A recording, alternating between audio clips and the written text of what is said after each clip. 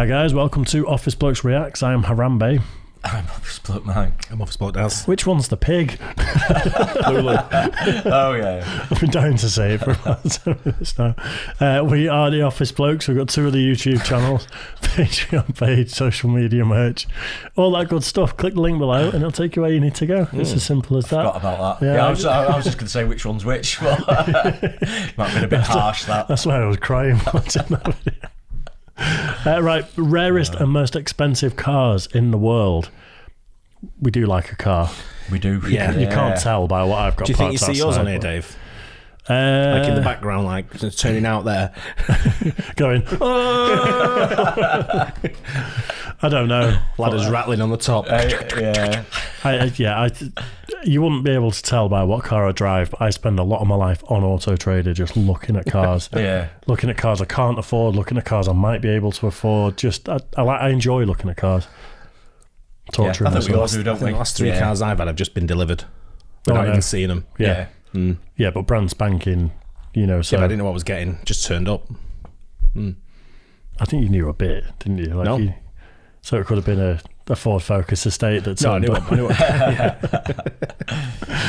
Anyway, we'll get into it. So rarest and most expensive cars in the world. Let's do this. From special edition rolls to masterpieces of engineering, here are 10 of the rarest cars in the world.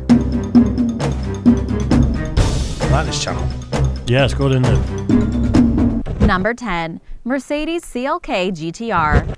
The Mercedes CLK GTR was designed to take part in the new FIA GT Championship Series in 1997 and was built with a Mercedes-Benz LS 600 6-liter V12 engine. The car performed quite well in the competition that year, and as part of the terms of entry, Mercedes was required to produce a limited production run of road-legal versions. In total, 25 were made, all as true to the original design of the race car as possible. The engine was enhanced to a 6.9-liter version and produced 604 horsepower. The company claimed that this allowed the car to reach a speed of 62 miles per hour in just 3.8 seconds and a top speed of 214 miles per hour.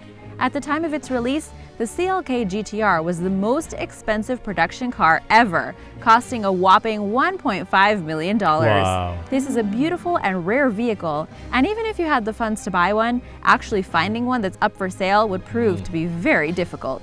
Number 9. The sad thing is, stuff like that's not getting driven, is it? That's going to be in some vacuum Not every day. seals. Not every day. Garage somewhere. I think it's going to have been bought as an investment. Someone's just bought it. It's being looked after in a garage, humidity and all that sort of stuff. And We have 25 made, they said, right? yeah, Jay Leno will probably have one. probably, yeah. And it'll sell in 30 years for 50 million or something. Probably. Yeah. Maybe we should chip in next time they release one. What, invest in one of those? 1905 Rolls-Royce 15 HP. Rolls-Royce is one of the most recognizable names in the world of automobiles. They began making cars in 1904. Since then, they have been responsible for some of the most iconic designs and branched out into other areas, including aircraft engines. But it's the classic luxury cars that stand out in collectors' minds. This 1905 Rolls-Royce 15 HP car is the second oldest vehicle by the manufacturer that remains in existence, and it's by far the rarest. Surprisingly, the last one of these that was made still works. Just imagine a brand new car that you bought today still running in 120 years' time.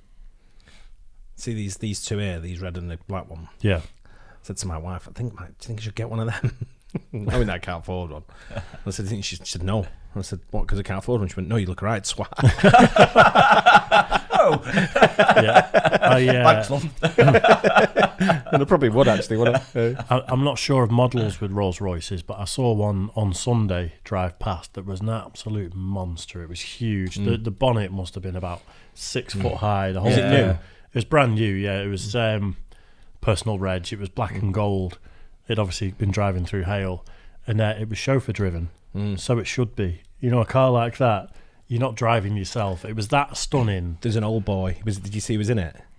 I got a glimpse. Was he old? I think it's the same person that had one that used to park. I think they've just upgraded. Used to park on the double yellows in Hale all the time. It's an old fella. He's about 92 or something like that, and he goes out for his lunch every day. And he gets the driver to take him, fucking driver right outside the restaurant on the double yellow. Yeah. He gets out, goes in and all that, and then he. I don't even think they put tickets on it, do they? No, I think they all know him. I think all the traffic wardens know him. Yeah. I think he gives them like Christmas gifts and stuff like that, so he don't get a ticket. Fair enough. A beautiful car. Yeah, I know which one you mean. Anyone would look good in one of them, though, wouldn't they? Surely. Not according to my wife. Not me. I know. I beg to differ. It's unbelievable. It has a 3-speed manual gearbox with a 3.1-liter engine and can reach up to 39 miles per hour, a significant speed at that time. I mean, it is 122 years old. Might not sound like much now. The company, though, was still in its infancy in 1905, so only 6 of How old? 122 years old, but it's the 1905 Rolls Royce. So it'd make it an 1899 Rolls Royce. Yeah. That's what I was thinking. I think she's got years mixed up there, hasn't she? Maybe. She was made in 1904. Either way, it's still much very now. old. Yeah. The company, though, was still in its It's almost as old as Mike, put it that way. I made it. Mike used to clean it when he was a youngster. infancy in 1905, so only 6 of them were ever built. The history and collectability associated with this car means that the insured replacement is approximately $35 million. Yes, $35 million. Number 8, the McLaren F1 LM. I just saw McLaren on the highway the other day, but I didn't see what model it was. This stunning car is the McLaren F1 LM. It's a tuned edition that was built to celebrate the success of the track version in the 1995 Le Mans 24-hour race, with only a few alterations to make it road legal. The car weighs only 2,341 pounds and has a 680 brake horsepower engine that allows it to reach 60 miles per hour in 3.9 seconds and a top speed of 225 miles per hour. Only 6 were ever made, all in this super original papaya orange color as a tribute to Bruce McLaren, who the company's named after, and his racing colors when he was a driver. The rarity and desirability of this McLaren means that it's really expensive. In 2015, one sold at auction for $13.75 million. This is particularly high considering it doesn't have any of the creature comforts you might expect from a supercar. To stay true to the original design, there's stiffer suspension, no radio, and it definitely does not have any cup holders. And now for the Bugatti, but first... It's what happens when the Brits start making cars again and put a bit of effort into it, isn't it, McLaren? Exactly. What a beast of a car that is. You see a few of them. You see a few of them scattered around, don't you? But not the. I've not seen the F1 on the road round here. No, I've not. I've not seen that. I don't know what McLarens I'm looking at when they say. Like I said, I don't know what models they are, but you see a few on the road. Some bloody speed bumps, isn't it? Imagine play havoc, wouldn't it? I wouldn't be able to get out of it. You know that road that goes, there's the mini roundabout and then there's goes past the big posh houses and there's a couple of speed bumps. Yeah. In Oldfield Brow. The one that goes up to the main road. I was driving down that once when it was heavy snow a couple of years ago. And obviously there's 2 speed bumps, heavy snow, McLaren coming the other way. And it's a road that you can only fit, you have to, it's a tight squeeze. You have to give way. Yeah. And I'm just looking at the guy go, what are you doing? Snow everywhere. Everyone's like Beamers and stuff are stuck at the side of the road. And he's just McLaren just driving about. Yeah. Nutcase. But I think they're 4-wheel drive. Oh, they are? I think so. Are they?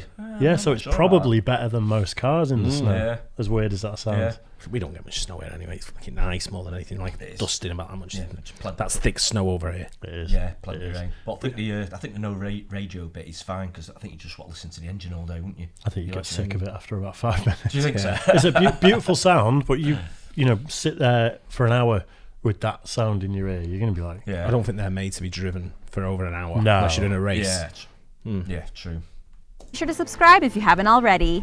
Number 7, 1927 Bugatti Royale. In the 1920s, Bugatti saw an opportunity to sell a new style of luxury car and designed the Bugatti Royale to accommodate all the features they wanted to put in. Is this going to be one of those where us in America bombed the Bugatti factory, didn't we? I don't know. and destroyed it. So the ones that are pre-Second World War are worth an absolute fortune because there's just none of them. Yeah. All right. I think that's the story behind it. They made the car 21 feet long. It remains one of the largest cars to ever be built. With a 12.7-liter engine that produced up to 300 brake horsepower, no one ever tested it to see how fast it could go, at least not officially. Initially, the plan was to build 25 of the vehicles to sell to the wealthy, but in the end, only 7 were made. One of these was destroyed, leaving only 6 remaining, each of which was built with a different body, making them truly one of a kind. Most of them are now displayed in museums around the world, but one, known as the Kellner car, is still in private hands. It's virtually impossible to put a price on how expensive one of these would be today, but the last time one sold in 1999, it went for $20 million. Imagine digging Number that. 6, 1954 Oldsmobile F88 GM. The Oldsmobile F88 Wow. is thought by many to be one of the most influential cars ever made, and it's now one of the rarest. It was designed as a dream car in 1954 and was a project of love by American designer Harley Earl, based on designs by Bill Lang. It was built around the chassis of a Chevrolet Corvette and had a body made entirely out of fiberglass. The two-door Roadsters had a Super 88 V8 engine which produced 250 brake horsepower, and the style of design was the first of a new era of car aesthetics and the one that led the way.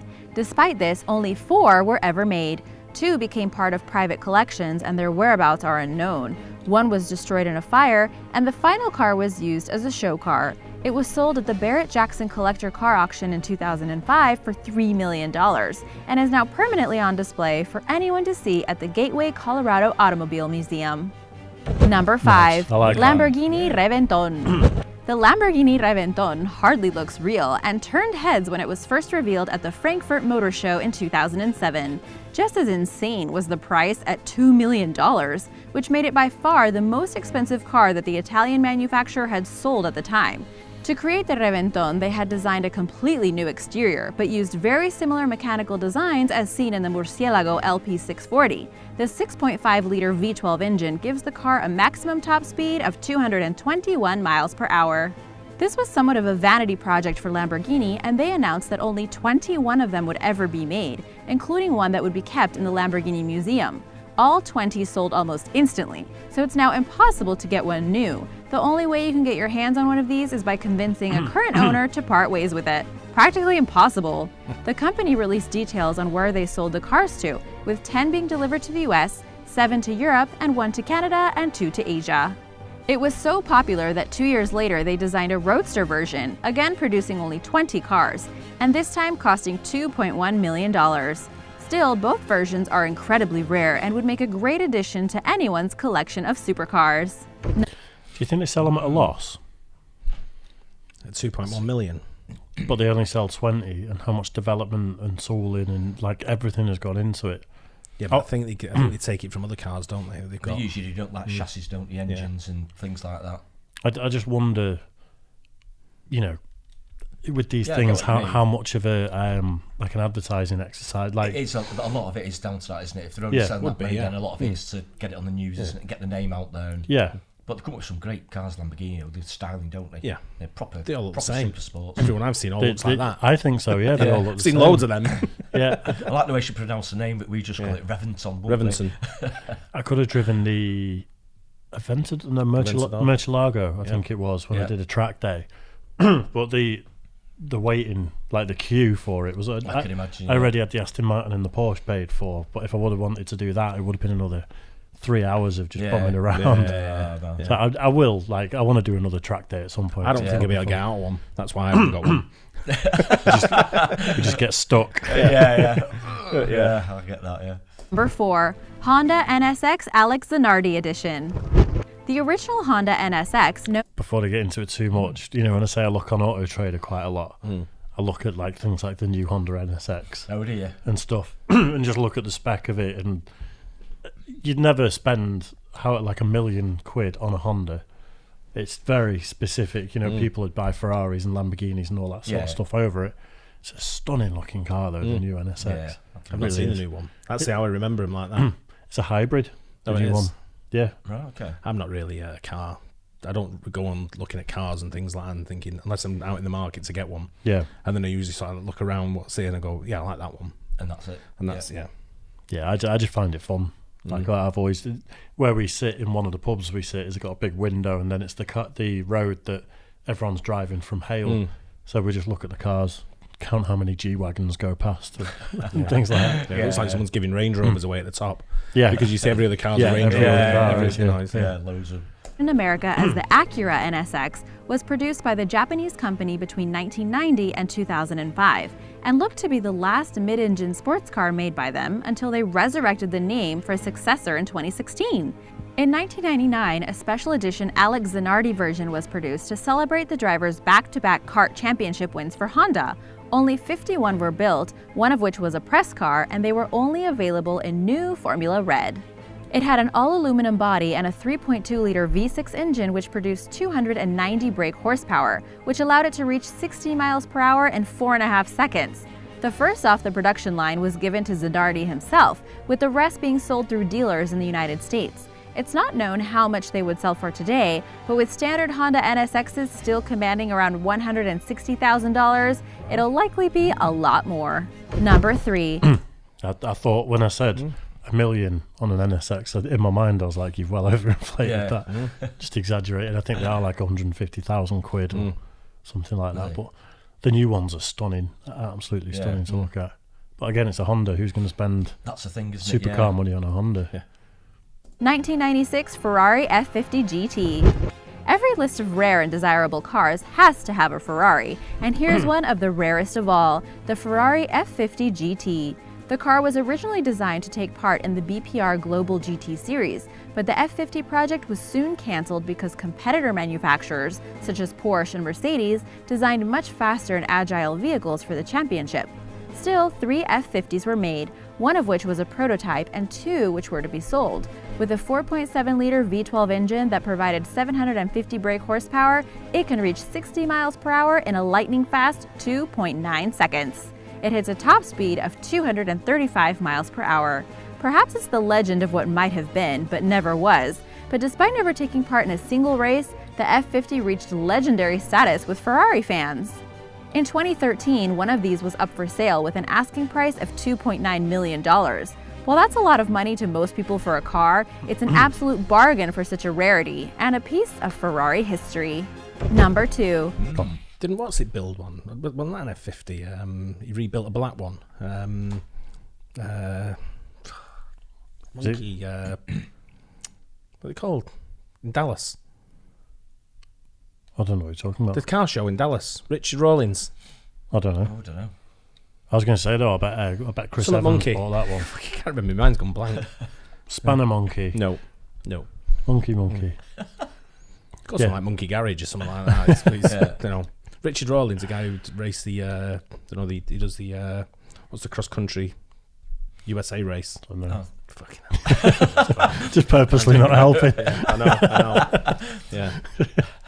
Anyway, I thought he built a Ferrari not long ago. Well, say not long ago, I watched it not long ago on the TV. Yeah.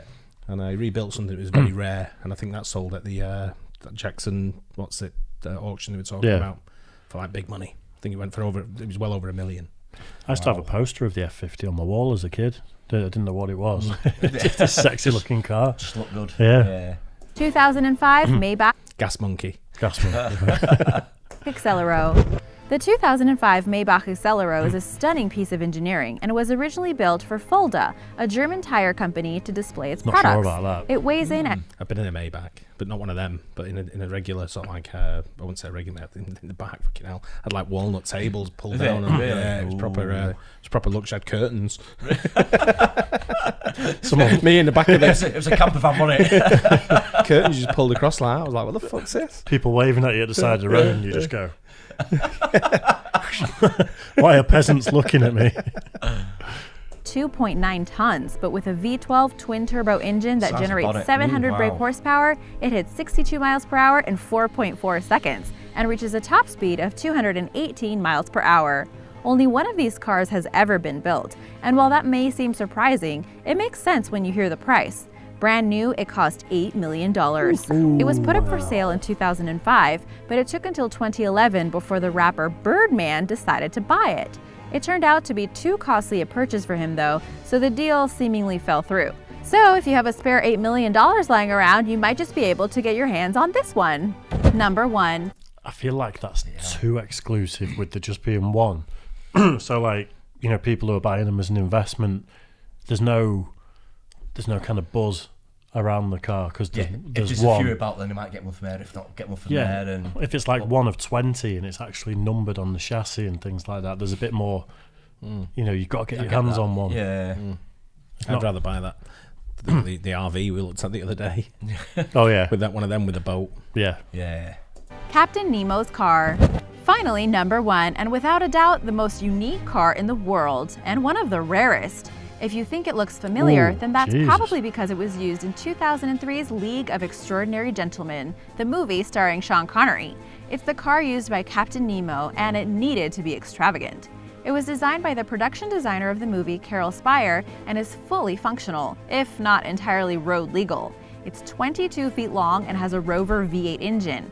It began life as a Land Rover, which was modified with a steel frame and covered with an ivory-colored fiberglass shell. Taking inspiration from the Hindu god Ganesha, there are aged gold embellishments across the entire vehicle and a faux leather interior.